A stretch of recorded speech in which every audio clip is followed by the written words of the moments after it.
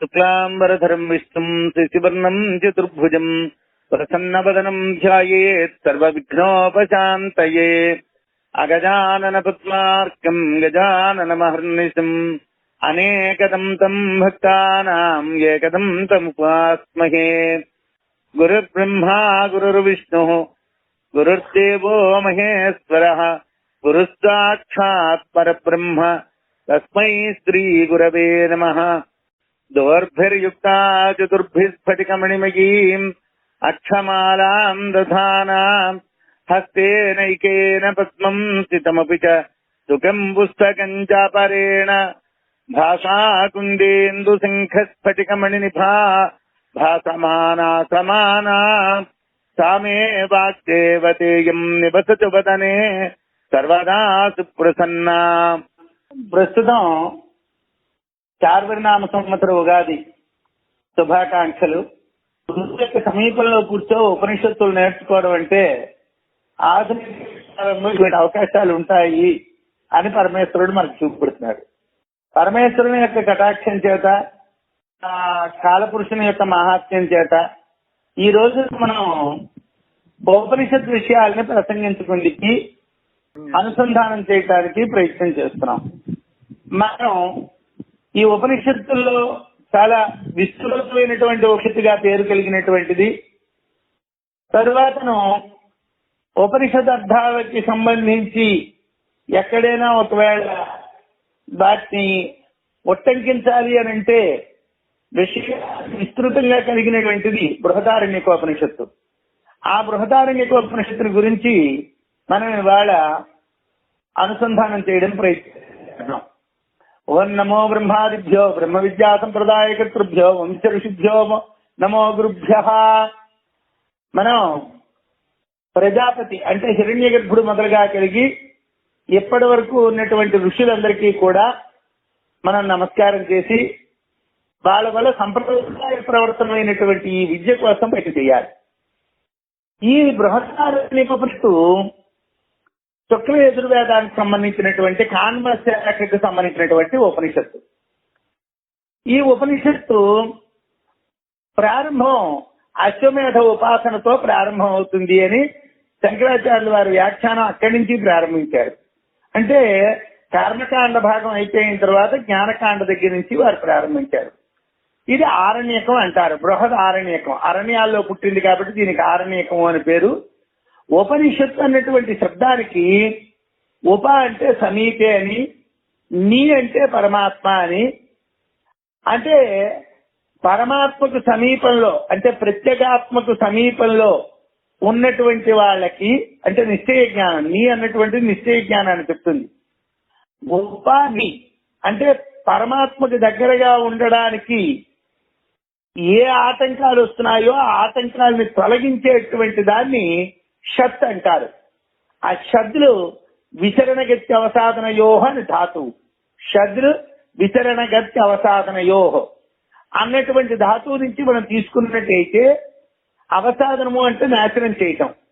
అంటే సమీపంలో ఉన్నటువంటి నిశ్చయ జ్ఞానానికి ఆటంకంగా అంటే ప్రత్యేగాత్మకి ఆటంకంగా ఉండేటువంటి ఏదైతే ఇబ్బందులు ఉన్నాయో వాటిని తొలగించేటటువంటి దాన్ని, అజ్ఞానాన్ని తొలగించేటువంటి దాన్ని ఉపనిషత్తు అంటారు అని ఒక వ్యుత్పత్తిని చెప్తారు. ఇది బ్రహ్మ విద్యను ప్రతిపాదిస్తూ ఉన్నటువంటి ఉపనిషత్తు. ఇది అపౌరుషేయమైనటువంటిది. అంటే ఏ పురుషుడు రాసినటువంటిది కాదు. పరమాత్మ దగ్గర నుంచి వచ్చినటువంటి వేదములతో పాటు వేదాంత విషయములు కూడా దాని నుండే ఉద్భవించాయి అంటారు. అంటే సంహిత అని పూర్వ భాగాన్ని అంటారు, బ్రాహ్మణములు ఆరణ్యకములు అని ఉత్తర భాగాలను అంటారు. ఈ ఉపనిషత్తులన్నీ కూడా ఆరణ్యకాల్లోని బ్రాహ్మణాల్లోని ఉంటాయి. కారణం ఏమిటంటే బ్రహ్మ విచారణం చేసేటో వీటిని ఉపయోగించుకున్నారు కాబట్టి వీటిని రెండు భాగాల కింద చెప్తారు. పూర్వకాండ అంతా కూడా మంత్రాలతో కూడుకో కర్మకాండని చెప్తే ఉత్తరకాండ అంతా కూడా జ్ఞానాన్ని చెప్తుంది అంటారు. అయితే ఇప్పుడు మనం అనుబంధ చతుష్టయం అంటే ఈ ఉపనిషత్తు మనకి ఏ విధంగా ఉపయోగిస్తుంది, దీనికి కావాల్సింది ఏమిటి అని అంటే వైరాగ్యం కావాలి. అంటే ఎవరైతే విరక్తమైనటువంటి వాడో వాడు అధికారి, అంటే వినడానికి అధికారం కలిగినటువంటి వాడు. బ్రహ్మ ఆత్మ ఒక్కటే అని చెప్పేటువంటి విషయం దీంట్లో ఉంటుంది. అంటే అనుబంధ చతుష్టయంలో అధికారీత సంబంధ విషయస్య ప్రయోజనం అని 4 ఉంటాయి. అధికారి ఎవరండి? వైరాగ్యం కలిగినటువంటి వాడు. ప్రయోజనం ఏమిటండి అంటే బ్రహ్మ ఆత్మ ఒకటే అని చెప్పడం కానీ, లేదా అనర్థ నివృత్తి అంటే అక్కర్లేనటువంటి విషయాల నుంచి మన పక్కకి రప్పించడం. అంటే మనం సాధారణంగా లౌకిక విషయాల గురించి చింతన చేస్తూ ఉంటాం. వేదాధ్యయనం చేసినటువంటి సమయంలో కూడా ఈ వేదం అధ్యయనం చేయటం వల్ల కలిగేటువంటి ఫలాలు ఏమిటి, దానివల్ల ఎటువంటి లోకాలు సంపాదించవచ్చును, లేకపోతే ఎటువంటి కీర్తి సంపాదించవచ్చు, ఎంత ధనం సంపాదించవచ్చు, వీటి గురించి చింతిస్తాం. ఇవన్నీ అనర్థములు. ఈ అనర్థాల నుంచి మనం నివర్తింపజేయడం అనేటువంటి ప్రయోజనం కానీ, బ్రహ్మ ఆత్మ ఒకటే అనేటటువంటి ప్రయోజనాన్ని కానీ ఈ ఉపనిషత్తు మనకు కలిగిస్తుంది. అలాగే శాస్త్ర విషయాల్లో ప్రతిపాదింపబడినటువంటి, అంటే ఏవైతే ప్రతిపాదక భావం కలిగినటువంటి శాస్త్రాలు ఏమిటి చెప్తున్నాయో దానికి సంబంధించినటువంటి, లేదా బ్రహ్మ విద్యా ఫలానికి సంబంధించినటువంటి సంబంధం దీంట్లో ఉంటుంది. సాధ్య సాధక సంబంధము అని కానీ, ప్రతిపాదక సంబంధము అని కానీ అంటారు. అంటే ప్రతిపాదింపబడినటువంటి విషయము చేత ప్రతిపాదింపబడినటువంటి పరమాత్మని తెలుసుకోవటం, అలాగే సాధన చేతను సాధ్యమైనటువంటి వస్తువుని పొందడం, పరమాత్మని పొందడం. ఇది సంబంధం.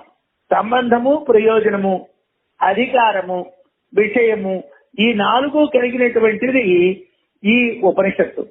ఈ ఉపనిషత్తుని మనం ఎవరికి బోధించాలంటే వైరాగ్య సంపన్నులైనటువంటి వాళ్ళకి బోధించాలండి అన్నాడు.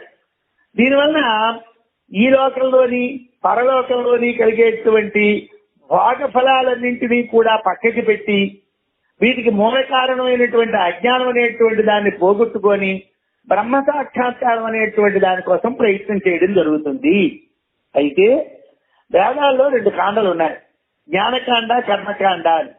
స్వాధ్యాయో అధ్యేతవ్య అనేటువంటిది కర్మకాండకి సంబంధించినటువంటి విషయం. అక్కడ ప్రత్యక్ష అనుమాన ఫలాల వలన, అంటే ఇష్టమైనటువంటి భోగాల్ని పొందడం, అనిష్టమైనటువంటి పాపాల నుండి బయటపడడం అనేటువంటి జరుగుతుంది. అలాగే వేదాంతంలో అజ్ఞాత జ్ఞాపకాలు, అంటే తెలియబడనటువంటి వాటికి మనకి తెలియచేసేటువంటి ప్రయోజనం కలిగినటువంటివి ఉపనిషత్తులు.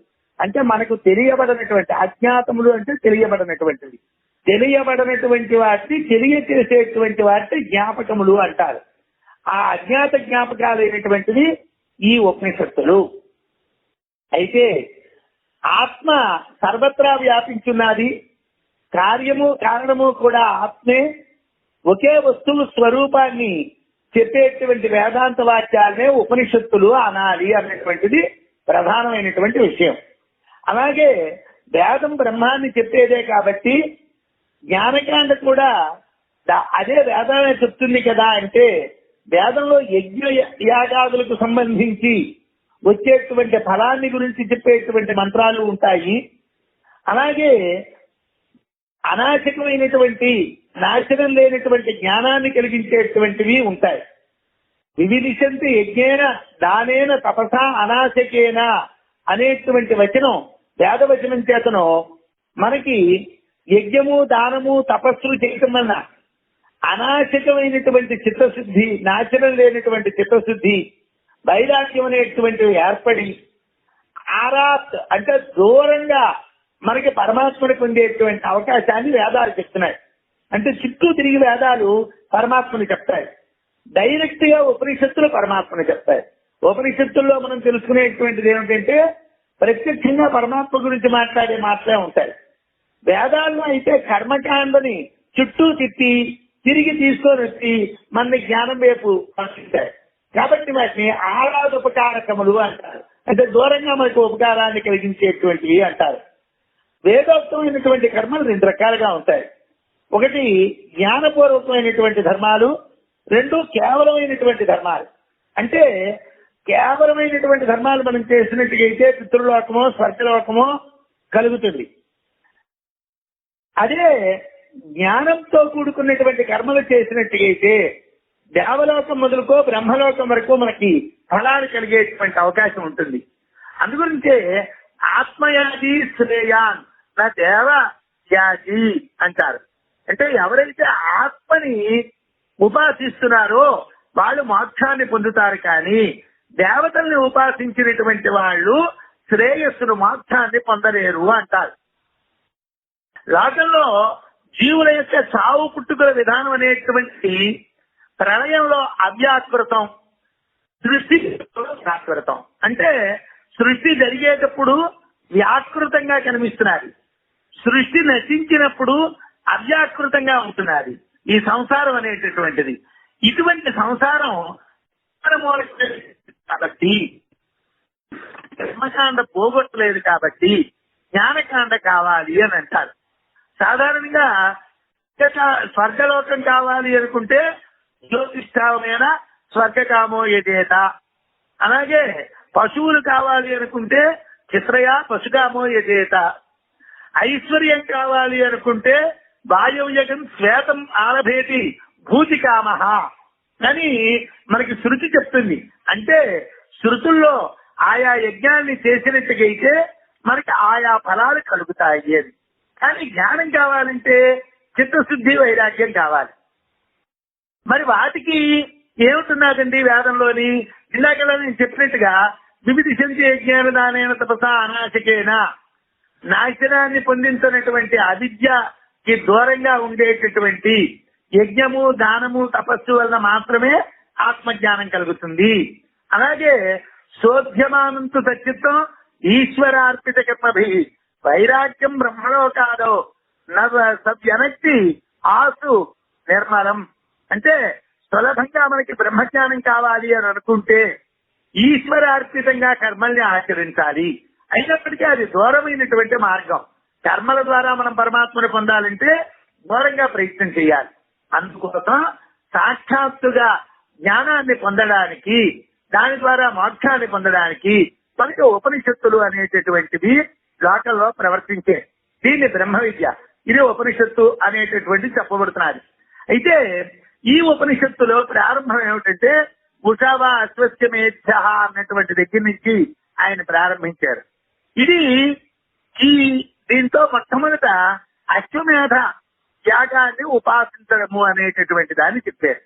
అయితే అశ్వమేధం అనేటువంటిది క్షత్రియులే చెయ్యాలి, బ్రాహ్మణులు చేయకూడదు. మరి సమస్త పాపాలని పోగొట్టేటువంటి అశ్వమేధ యాగం చేసేటువంటి అధికారం బ్రాహ్మణులకు లేదు. మరి బ్రాహ్మణులు పాపాల నుండి ఎలా బయటపడతారు అంటే అశ్వమేధాన్ని ఉపాసించండి. అశ్వమేధాన్ని ఉపాసించినట్టుగైతే మీకు అశ్వమేధ యాగం చేసినటువంటి ఫలితం వస్తుంది. యో అశ్వమేధే యజతే య ఉచైవ దేవం వేద అనేటువంటి శృతి అశ్వమేధ క్రతువుని, ఉపాసనను, ఈ రెండింటినీ కూడా ఓ న్యాయం ద్వారా చెప్తున్నది. ఏమిటా న్యాయం అండి అని అంటే వ్రీహిభి అవైహి వాయస్థవ్యం.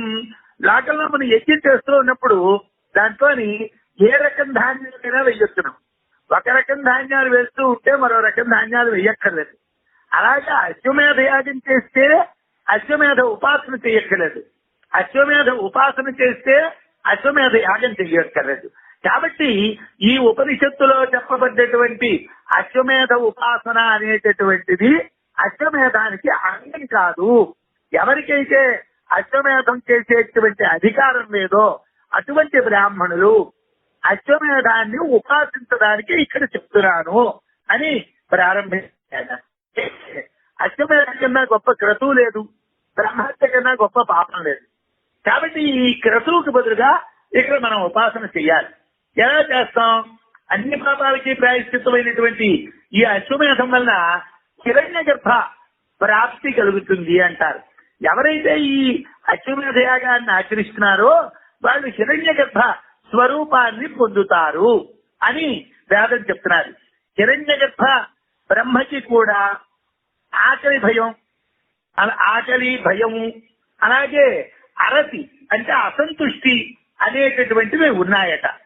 అయితే సంసారం అంటే కర్మని ఉపాసించడం చేతను సంసార దశలో అంటే చావు పుట్టుకలు అనేటువంటి దశలో ఉన్నప్పుడు ఇవన్నీ కలుగుతాయి. మోక్షాన్ని నిత్య కర్మలు ఏది కూడా మనకి ఇవ్వలేవు. కర్మలన్నీ లోక ప్రాప్తికే మనకి ఉపయోగపడుతున్నాయి. కాబట్టి అవిద్య నివృత్తి చెందడానికి, బ్రహ్మ విద్యోపదేశానికి, మోక్షాన్ని పొందడానికి మనం చేయవలసింది ఏమిటయ్యా అనంటే ఈ ఉపనిషత్తుని ఉపాసించడము.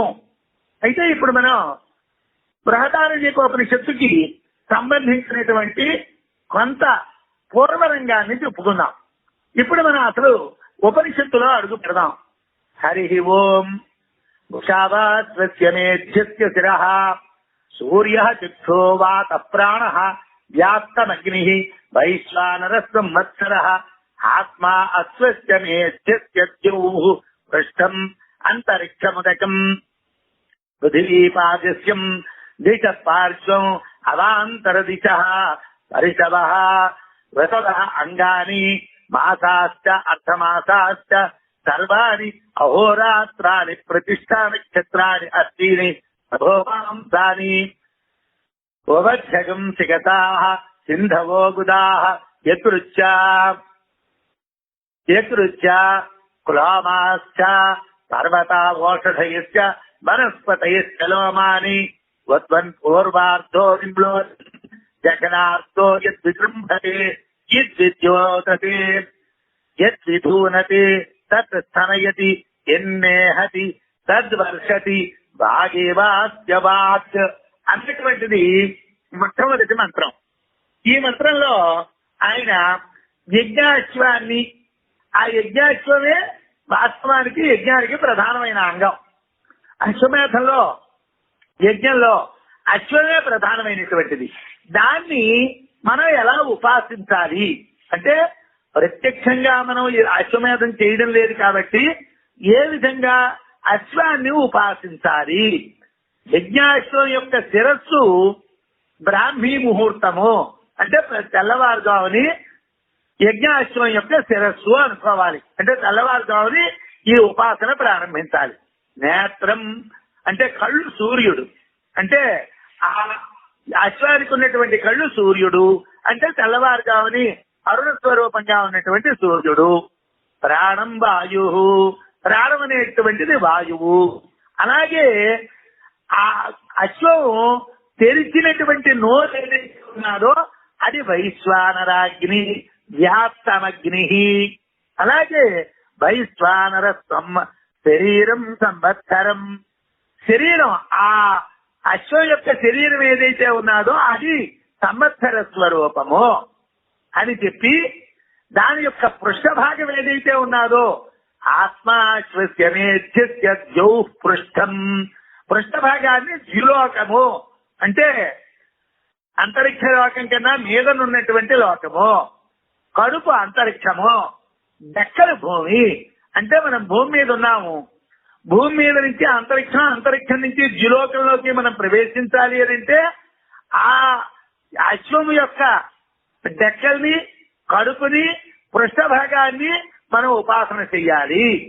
అలాగే దిక్కులు పార్శ్వములు, దిశ పార్శ్వం, దిక్కులు పార్శ్వాలు అంటే పక్క భాగాలు, విదిక్కులు ఆ పక్క భాగాల్లో ఉండేటువంటి ఎమికలు, పక్కటెముకలు. అలాగే అంగాలు ఋతువులు, ఋతవ అంగాని మాసాశ్చ అర్ధమాసాశ్చ పర్వాణి, కీళ్లు. అలాగే దానికి ఉండేటువంటి ఎమికలు అవన్నీ కూడా మాసములు, పక్షములు అంటే నెలలు, 15 రోజులు.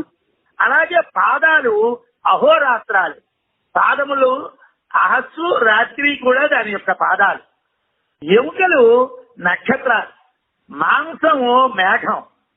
అలాగే ఆ అశ్వం తింటూ ఉన్నటువంటి సమయంలో కడుపులోకి వెళ్లి సగం మాత్రమే జీర్ణమైనటువంటి గడ్డి ఏదైతే ఉన్నదో అది మనం నిలబడుతూ ఉన్నటువంటి ఇసక రేణువులు, త్రస రేణువులు. అలాగే నాడులు నదులు, యకృత్తులు, కులామాలు అంటే హృదయానికి 2 పక్కలా ఉండేటువంటి మాంసం అది పర్వతాలు. అలాగే కేశాలు ఏవైతే ఉన్నాయో అవి ఔషధులు, లేకపోతే వనస్పతులు, అంటే ఫలాలు లేనటువంటి వృక్షాలు, డైరెక్ట్ గా పువ్వులు లేకుండానే కాసేటువంటి వృక్షాలు.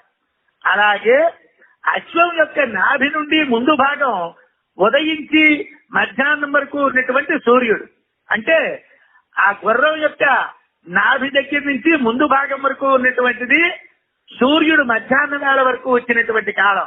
అంటే మనం తెల్లవారుదామని ప్రారంభిస్తే మధ్యాహ్నం వేళ వరకు వచ్చినటువంటి ఉపాసన అక్కడికి పూర్తవుతుంది. అశ్వం యొక్క వెనుక భాగం సూర్యుడు అస్తమించేటువంటి సూర్యుడు. అశ్వం యొక్క నోరు తెరవబడి విద్యుత్తు అంటే మెరుపులా ఉంటుందన్నమాట. అలాగే దాని అవయవాన్ని అది విదిలించేటువంటి దాన్ని మేఘగర్జన అంటారు. అలాగే ఆ గుర్రం యొక్క మూత్రాన్ని వశము అంటారు. దాని చెకిలింపుని వాక్కు అంటారు. అంటే ప్రత్యేకించి మనం ఆ గుర్రం లేదు, వాక్కుని, అలాగే వర్షాన్ని, అలాగే విద్యుత్తుని, అలాగే అస్తమించేటువంటి సూర్యుడిని, మధ్యాహ్న సూర్యుడిని, తెల్లవారుజామున సూర్యుడిని మనం భావన చేసి, అహోరాత్రాల్ని భావన చేసి తెల్లవారుజాము దగ్గర నుంచి సాయంకాలం వరకు కూడా ఆ అశ్వాన్ని ఉపాసించినట్టుగైతే అశ్వమేధ యాగం చేసినటువంటి ఫలితం మనకి లభిస్తుంది అని ఆ ఉషావాస్యమేధ్య అన్నటువంటి దాంట్లో ప్రారంభించారు ఆయన. అహర్వా అశ్వం పురస్తాన్ మహిమాన్ భజాయత తస్య పూర్వ సముద్రం యోని రాత్రిరేవం పశ్చాన్ మహిమాన్ భజాయత తస్యాపరే సముద్రే యోనిరేతౌ వాశ్వం మహిమానావభిత సంబభూవతు హయో భూత్వా దేవాన్ అనవహద్వాది గంధర్వాన్ అర్వా అసురాన్ అశ్వో మనుష్యాన్ సముద్ర ఏవాస్య బంధు సముద్ర యోని. ఈ 1వ అధ్యాయంలో 2వ బ్రాహ్మణం. ఈ 2 బ్రాహ్మణాలు మనకి అశ్వమేధ యాగాన్ని చెప్పేటువంటివి. ఈ 2 కూడా 1వ మంత్రము 2వ మంత్రము 1వ బ్రాహ్మణంలో ఉన్నటువంటి ముందు ఒక బంగారం పాత్ర పెడతారు యాగం చేసేటప్పుడు. ఆ ముందు పెట్టేటువంటి బంగారం పాత్ర పగలు, వెనకాతలు పెట్టేటువంటి వెండి పాత్ర రాత్రి. అలాగా స్థానం ఉన్నాదో దాన్ని ముందు అంటే ముందు వెండి పాత్ర సముద్రం అంటారు. వెండి పాత్ర పెట్టేటువంటి సముద్రాన్ని అడమటి సముద్రము అంటారు. అలాగే ఈ 2 పాత్రలు కూడా చాలా ఈ 2 కూడా ఈ 2 పాత్రలు కూడా చాలా మహిమ కలిగినటువంటివి. పగలు రాత్రి బాగా కలిగినటువంటివి. అలాగైతే మనం ఇప్పుడు మన అశ్వమేధానికి ముందుండేటువంటి బంగారు పాత్రని పగలు అని, అలాగే వెనకాతలు ఉండేటువంటి వెండి పాత్రని రాత్రి అని ఉపాసన చేయమన్నాడు. ఇలా ఉపాసన చేసినట్టుగైతే ఈ 2 పాత్రలకి బదులుగా మన అహస్సుని రాత్రిని ఉపాసించినట్టుగైతే ఆ రెండింటికి ఆ మహిమ ప్రకాశించడం వలన మన అశ్వాన్ని ఉపాసించినటువంటి ఫలాన్ని పొందుతాము అన్నాడు. అయితే ఇక్కడ ఏమండి మనం ఏదో పాత్రలు చెప్పారు, ఆ పాత్రలను పెట్టి అశ్వాన్ని ఉపాసిస్తే, ఆ అశ్వాన్ని పూజిస్తే ఆ యజ్ఞంలో అశ్వం వల్ల ప్రయోజనం రావచ్చు. ఇక్కడ మనం ఆ 2 పాత్రలకి బదులుగా పగల్ని రాత్రినే ఉపాసిస్తున్నాం కదా, మనకి ఫలితం ఉంటుందా అంటే మనం లోకల్లోని వ్రతాలు చేసేటప్పుడు లేకపోతే పూజలు చేసేటప్పుడు ఏ విష్ణుమూర్తినో, ఏ సత్యనారాయణ స్వామినో, వెంకటేశ్వర స్వామినో, శ్రీరాముడినో ప్రతిమల యందు మనం ఆవాహనం చేసి ఆ ప్రతిమల్ని మనం పూజిస్తూ ఉంటాం. ఆ ప్రతిమల్ని పూజించడం చేతను సాక్షాత్తు వాళ్ళని మనం పూజించినట్టుగా ఫలాన్ని పొందుతాం.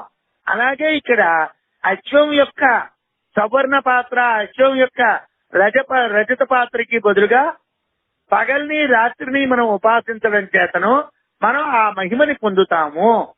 ఇక్కడైతే ఏమండి అశ్వాన్ని ఎలా ఉపాసించాలండి?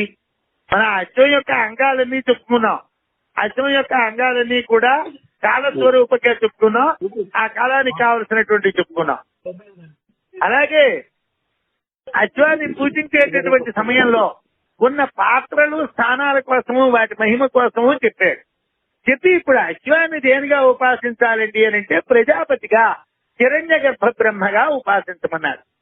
అలా అశ్వమేధ యాగం చేసినటువంటి వాడు హిరణ్య గర్భలోకాల్లో ప్రజాపతి అవుతాడు. అలా అశ్వమేధం చేసిన వాడు.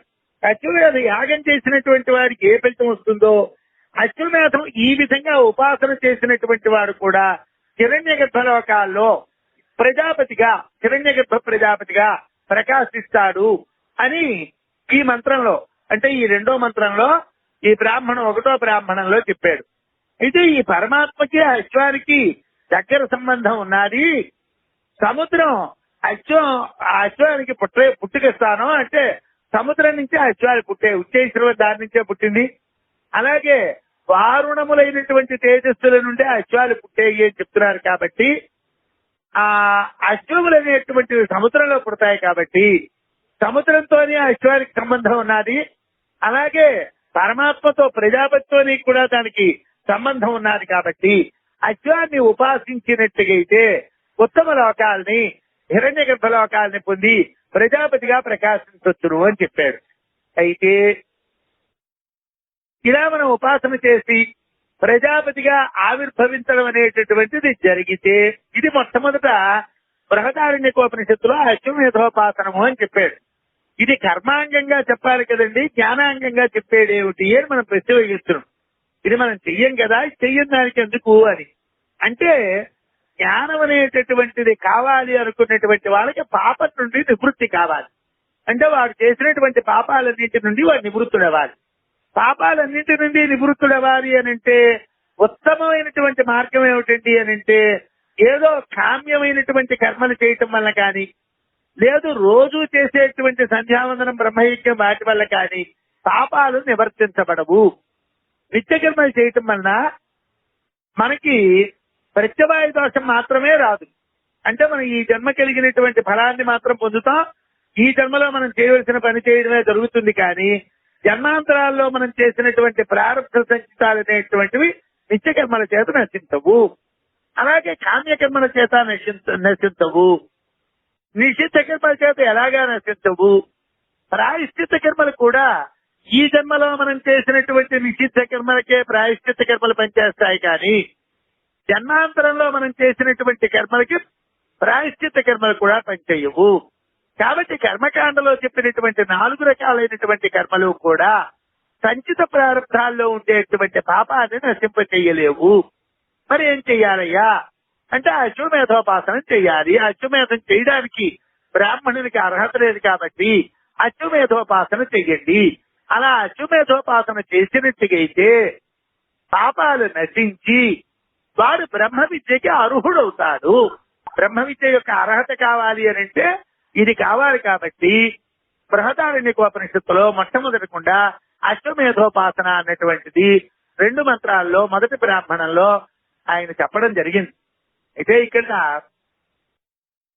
నిత్యకర్మల్ని ఆచరిస్తే పాపాలు పోతాయి అని పూర్వమీమాంసకులు కొంతమంది అంటారు.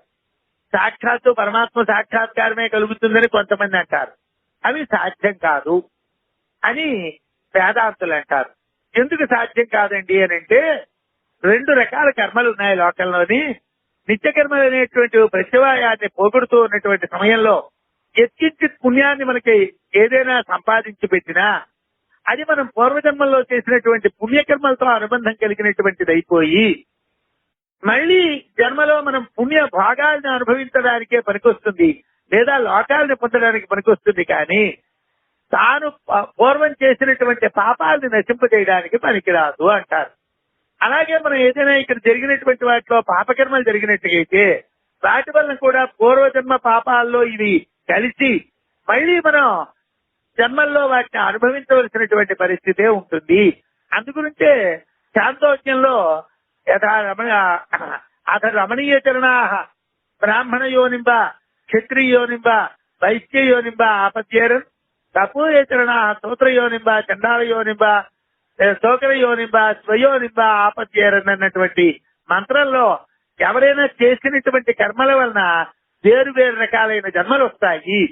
వారు చేసినటువంటి కర్మ వలన ఉత్తమమైన కర్మలు అయితే ఉత్తమమైన జన్మలు వస్తాయి, నీచమైనటువంటి కర్మలు అయితే నీచమైన జన్మలు వస్తాయి. కానీ ఒక కర్మని మరొక కర్మ నశింప చెయ్యలేదు. కాబట్టి ఈ జన్మలో మనకి బ్రహ్మ విద్య కావాలంటే, మనం చేసినటువంటి అన్ని పాపాల నుండి మనం నివర్తనం పొందాలి అనంటే, వెనక్కి రావాలి అనంటే, మనం ఈ అశ్వమేధోపాసన ఇదేమీ కష్టంగా అని వాళ్ళు అనలేదు.